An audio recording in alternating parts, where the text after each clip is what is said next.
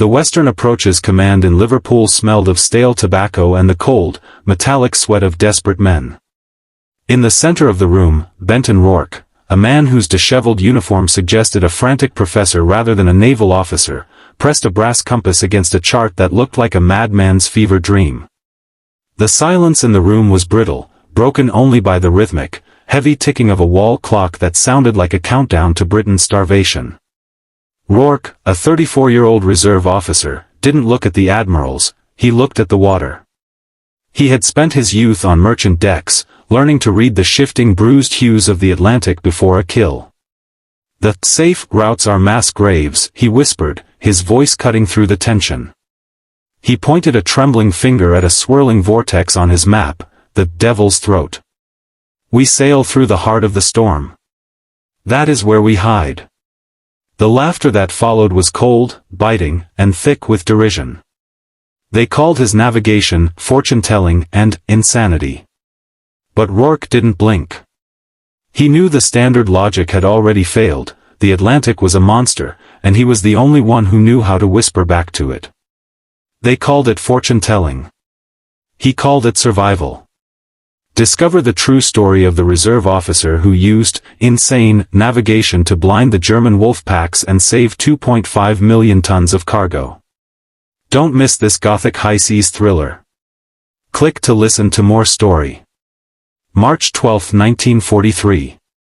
The Western Approaches Command in Liverpool was a tomb of cold stone and colder statistics. Inside the briefing room, the air was a thick, stagnant soup of stale tobacco and the metallic scent of damp wool. The senior officers of the Royal Navy sat in rigid silence, their eyes fixed on the Great Wall map where the Atlantic Ocean had been transformed into a sprawling graveyard. Red pins marked the final resting places of the merchant fleet, 108 ships lost in the last 28 days alone. Admiral Tovey stood by the map, his face a mask of weary resolve as he tapped a ledger containing the grim tally. 627,000 tons of supplies resting on the seabed. At this rate, the clock on the wall wasn't just measuring time, it was measuring the final breaths of a nation being starved into submission. The room was paralyzed by the weight of a traditional naval doctrine that was clearly failing. Then, from the back of the room, Benton Rourke stood. He was a man of 34, a lieutenant commander in the reserve whose wide, bloodshot eyes and disheveled uniform made him look more like a frantic professor than a naval officer. He held a compass and a water-stained chart covered in a madman's scrawl of weather annotations and pressure gradients. "Sir, the safe routes are death traps," Rourke said, his voice cutting through the heavy silence. "We must stop using geometry and start using the ocean itself." He spread his map over the table, pointing toward a swirling vortex of marginal weather he called the Devil's Throat. The senior captains erupted in cold, biting laughter, labeling his navigation insane and fortune-telling. Rourke didn't blink, he knew that the standard ways had already failed, and only the insane path offered a chance for survival. Before the skull cloud and the frantic briefings in Liverpool, there were the quiet, rhythmic years of the merchant service. From 1923 to 1939, Benton Rourke lived a life governed not by naval hierarchy, but by the raw, shifting moods of the North Atlantic. While academy-trained officers studied static charts and geometric intercepts, Rourke was busy learning the language of the deep. He was an obsessive observer, a man who saw order where others saw only chaos. He noticed how the water changed from a vibrant cerulean to a bruised, leaden gray before a gale, and how the smell of the air shifted when a fog bank was curdling over a warm current. During those 16 years, Rourke became a ghost in his own life, a man possessed by data points. While his fellow sailors drank in the ports of Halifax or New York, Rourke sat in his cramped cabin, illuminated by a single flickering lamp, recording the barometric pressure and the exact temperature of the spray hitting the deck. He mapped the veins of the sea, the hidden thermal boundaries where warm water met cold, creating sonar-distorting layers that he would later realize could hide a 1,000-ton ship as effectively as a mountain. His colleagues called him eccentric, a pattern seeker, who spent too much time staring at the horizon. They didn't understand that Rourke wasn't just watching the weather, he was cataloging the battlefield. He discovered that the Atlantic had a memory, a seasonal pulse that dictated where the ice would drift and where the storms would congregate.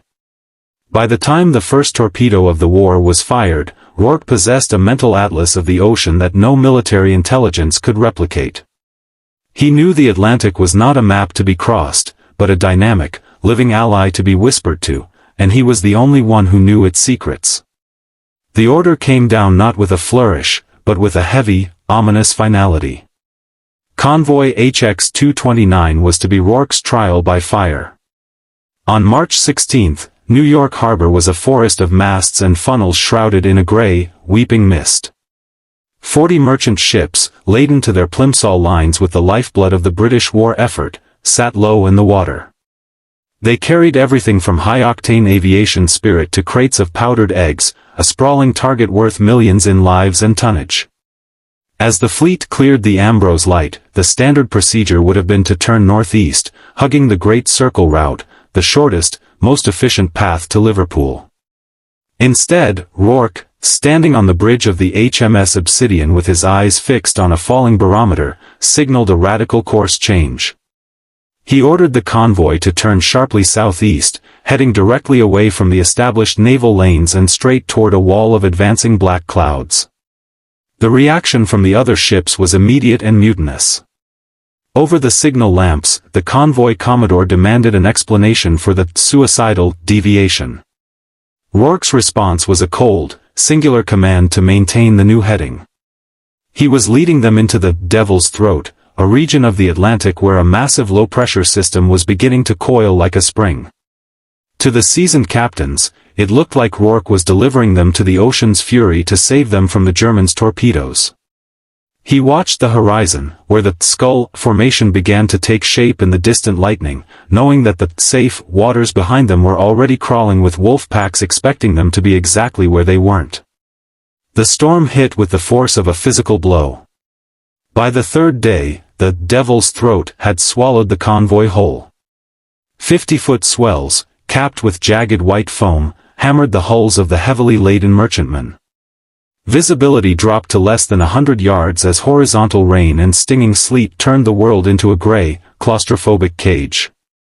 On the bridge of the Obsidian, Rourke braced himself against the binnacle, his knuckles white. Every groan of the ship's superstructure felt like a personal accusation from the captains who were currently fighting for their lives in his wake. But amidst the terrifying violence of the sea, Rourke found a strange, mathematical peace. He watched the barometer bottom out and the wind veer exactly as his crazy charts had predicted. More importantly, he watched the radar and sonar screens. The high-pitched pings of the Aztec operators were being drowned out by the roar of the ocean, a chaotic wall of sound that Rourke knew worked both ways. 1,000 miles away, in the U-boat bunkers of Lorya, the German High Command was receiving frantic radio bursts from the wolf packs. The U-boats were blind. Their hydrophones were useless in the churning surface noise, and their fragile hulls were being battered by the same currents Rourke was using as a shield. As the convoy crossed into the mid-Atlantic Black Pit, the zone beyond the reach of Allied air cover, the tension reached a breaking point. A merchant ship, the Crested Swan, lost its steering in the heavy seas, drifting dangerously close to a sister ship. Rourke's officers begged him to slow the convoy, to seek calmer waters to the north. Rourke refused. He pointed to the sky, where the lightning was illuminating a massive, rotating cloud mass that looked like a hollow eye. "We stay in the eye," he commanded. "The Germans are waiting in the calm. They won't look for us in the heart of the beast." For the first time, the men on the bridge saw the first signs of German frustration, a single, desperate torpedo fired blindly into the storm, missing the fleet by a mile, its track lost in the crashing waves. By the fifth night, the convoy had reached the deepest part of the Black Pit, but the physical storm was being replaced by an invisible battle of physics. Rourke spent hours hunched over the sonar station, watching the erratic spikes on the cathode ray tube. He wasn't looking for the solid return of a steel hull, he was looking for the temperature of the water. He had steered the fleet toward a specific convergence zone where the warm fingers of the Gulf Stream collided with the frigid Arctic currents, creating a massive thermal wall. "This is the sonar barrier," Rourke whispered to his skeptical first officer.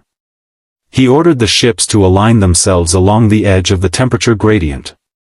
To the German U-boats lurking just miles away, the sudden change in water density acted like a funhouse mirror.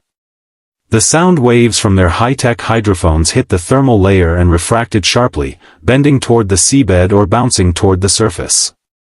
The 40 ships of HX-229 became acoustic ghosts, hidden behind a veil of warm water that Rourke's merchant data had identified years ago. The tension on the bridge was a living thing.